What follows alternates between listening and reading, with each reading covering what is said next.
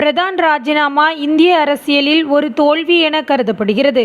NEET தேர்வு முறைகேடு, கேள்வித்தாள் கசிவு போன்ற பிரச்சினைகள் மாணவர்களின் எதிர்காலத்தை பாதித்த நிலையில் கல்வி அமைச்சராக இருந்த அவர் பொறுப்பேற்று விலகியுள்ளார்.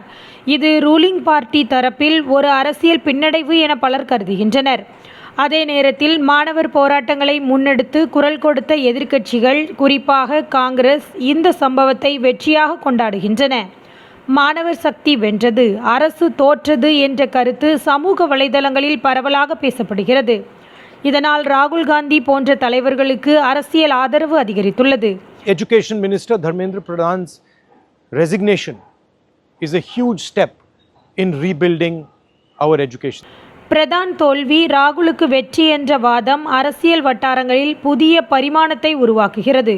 ரூலிங் பார்ட்டிக்கு எதிராக மாணவர் இயக்கம் மற்றும் எதிர்க்கட்சிகள் இணைந்து குரல் கொடுத்ததால் அரசியல் சமநிலை மாற்றமடைந்துள்ளது.